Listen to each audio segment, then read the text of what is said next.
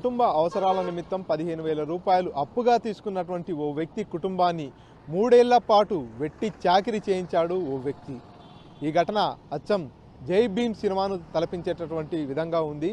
తన కుటుంబ అవసరాల నిమిత్తం 15,000 రూపాయలు అప్పు తీసుకున్నటువంటి నేపథ్యంలో పూర్తిగా 1 కాదు 2 కాదు 3 సంవత్సరాల పాటు ఆ వ్యక్తి కుటుంబాన్నంతా కూడా తన వ్యవసాయ క్షేత్రంలో వివిధ పనులు చేయించుకుంటూ వెట్టి చాకిరీ చేయిస్తున్నటువంటి ఘటన ఆలస్యంగా వెలుగులోకి వచ్చింది. నర్సయ్య అనేటటువంటి వ్యక్తి చెంచుపల్గు తాండాకు చెందినటువంటి ఓ వ్యక్తి దగ్గర 15,000 రూపాయలు అప్పుగా తీసుకున్నాడు. ఆ అప్పు చెల్లించకపోయినటువంటి నేపథ్యంలో సదరు వ్యక్తి నర్సయ్య కుటుంబం మొత్తాన్ని కూడా దాదాపుగా 3 సంవత్సరాల పాటు తన వ్యవసాయ క్షేత్రంలో వివిధ పనులు చేపించుకుంటూ పూర్తిగా వెట్టి చాకిరీ చేయించినటువంటి పరిస్థితి.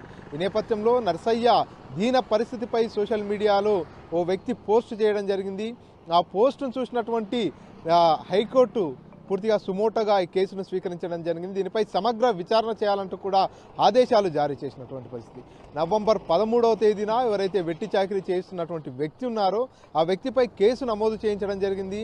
వెట్టి చాకిరీ చేస్తున్నటువంటి నర్సయ్య కుటుంబానికి 14వ తేదీ రోజు విముక్తి పొందించారు పోలీసులు. సో ఆ తర్వాత పూర్తిగా అచ్చంపేట సివిల్ జడ్జి న్యాయమూర్తులంతా కూడా నర్సయ్య కుటుంబం దగ్గరికి వెళ్ళారు. నర్సయ్య ఆర్థిక పరిస్థితులన్నీ కూడా తెలుసుకోవడం జరిగింది. తర్వాత 60,000 రూపాయలు నర్సయ్యకు ఆర్థిక సాయాన్ని కూడా అందించినటువంటి పరిస్థితి.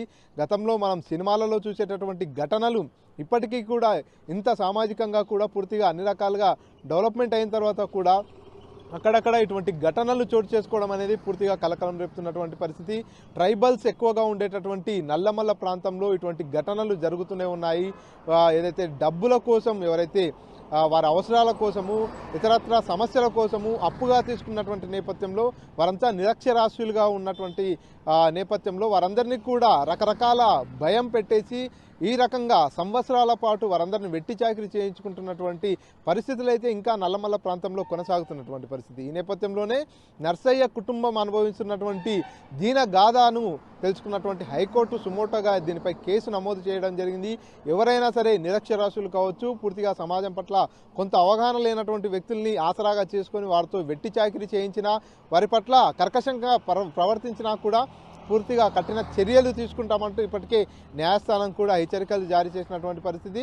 ఏది ఏమైనా నల్లమల్ల ప్రాంతంలో ఓ కుటుంబం మొత్తానికి 15,000 రూపాయల అప్పుగా ఇచ్చినటువంటి నేపథ్యంలో 3 ఏళ్ల పాటు వెట్టి చాకిరీ చేపించుకున్నటువంటి ఘటన అయితే కలకలం రేపుతున్నటువంటి పరిస్థితి.